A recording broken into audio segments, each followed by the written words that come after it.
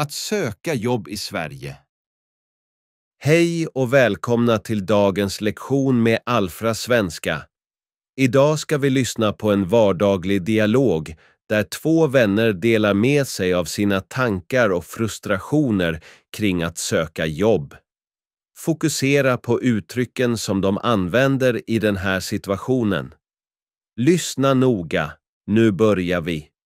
Innan vi sätter igång med dagens lektion vill jag bara tipsa dig om att du kan gå in på alfrasvenska.se och göra ett gratis nivåtest för att se hur bra din svenska är. Jag lägger länken till hemsidan här under videon så att du enkelt kan hitta till testen. Bra, då kör vi igång med lektionen. Alltså den här platsbanken på Arbetsförmedlingen är ju hopplös. Amen till det. Jag känner mig som en hamster i ett hjul, söker hundratals jobb, men kommer ingenstans. Precis. Man filtrerar och skriver personliga brev tills fingrarna blöder. Men ändå får man inte ens ett tack för din ansökan. Tror du det är något fel på våra ansökningar? Jag vet inte, men jag börjar tvivla på allt. Kanske borde vi anlita någon dyr CV-skrivare.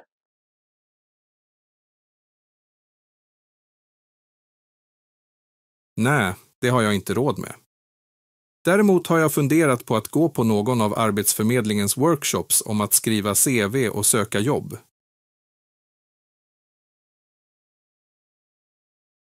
Smart. Det kan ju vara värt ett försök. Har du kollat på några rekryteringsfirmor? Jo, men många verkar ju mest vilja ha folk med flera års erfarenhet. Känns inte så peppande för oss nyutexaminerade.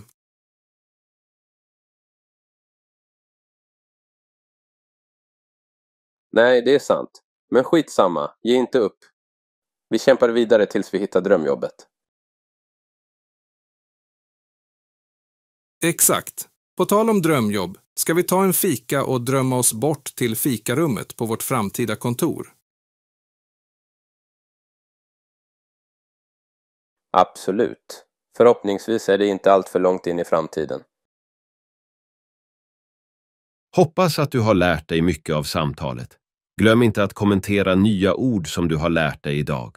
Gilla och dela om du vill fler samtal på svenska.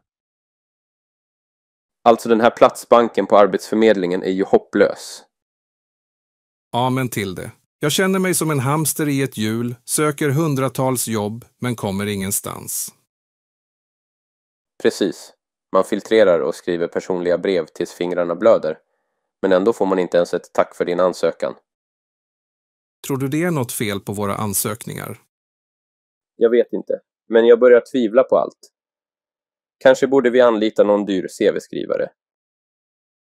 Nej, det har jag inte råd med. Däremot har jag funderat på att gå på någon av Arbetsförmedlingens workshops om att skriva CV och söka jobb. Smart. Det kan ju vara värt ett försök. Har du kollat på några rekryteringsfirmor? Jo, men många verkar ju mest vilja ha folk med flera års erfarenhet. Känns inte så peppande för oss nyutexaminerade. Nej, det är sant. Men skitsamma, ge inte upp. Vi kämpar vidare tills vi hittar drömjobbet. Exakt. På tal om drömjobb, ska vi ta en fika och drömma oss bort till fikarummet på vårt framtida kontor? Hoppas att du har lärt dig mycket av samtalet.